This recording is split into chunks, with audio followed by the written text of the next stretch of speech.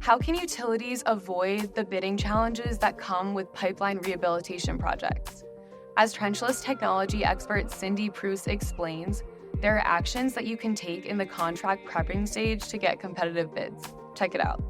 A lot of these technologies are newer.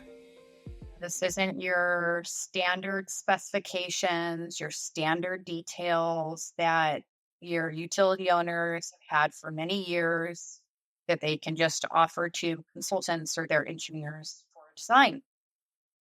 These are relatively new technologies. So when it comes to building contract documents and putting those out to bid, there may not be that understanding of what a contractor needs to see to be able to bid a project, right? The level of information provided, the operational parameters, outages, how long can the system be out? Often you'll see contract documents go out to bid that are sans very critical information, and assumptions thus need to be made. Those assumptions turn into possible risk for the contractor and to higher cost. And that cost right there may kill a project, may be so prohibitive that they can't move forward.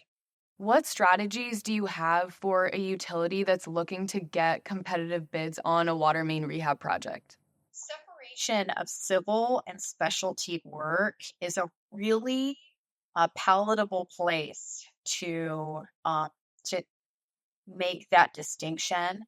Whenever you have a civil item and a civil contractor, and you're subbing the work out to a specialty contractor, and that specialty work is a considerable dollar sign, you are effectively buying the markup on that. If you could separate your civil from your specialty and have two separate contracts that may work together, or have your own crews do some of the civil work, that is going to save quite a lot of money. Or reduce the civil work and have the specialty contractor prime the project. There's that. There's ways that you can, set reasonable contingencies built into your contract. You can have revocable bid items. You can have bid alternates. Maybe even phase your project so that you have discrete packages going out of unique work items. Also, just looking at, project labor agreements and the necessity for your minority business requirements when it comes to specialty contractor work. And that's actually more of a safety issue.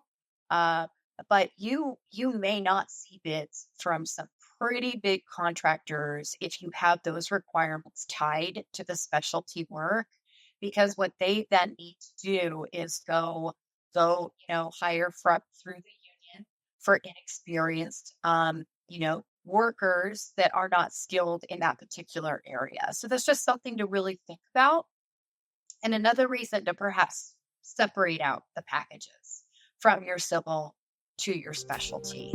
In Cindy's latest webinar, she explains condition assessments and technology on the market to predict a pipeline's remaining useful life. Check it out at the link in the description. Okay, back to Cindy. With inflation and labor driving up the price of pipeline projects, how do you manage expectations and sticker shock? So I'd say the number one thing would be outreach. Perform outreach to the contractors that are doing the work. That's really imperative to gauge interest.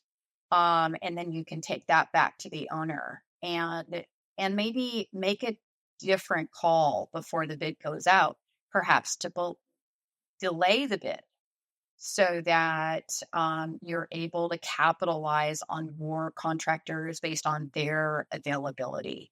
Also, in terms of managing expectations, the outreach could include a request for an order of magnitude estimate to do the work, sharing the bid documents before they formally go out to bid, and sharing those with those that are capable of doing the work so that there's no bias, but getting it on their radar, getting a price, and then working off of that for when it formally does go out to bid is a good idea.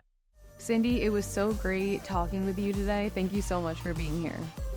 Thank you so much. Thanks for inviting me.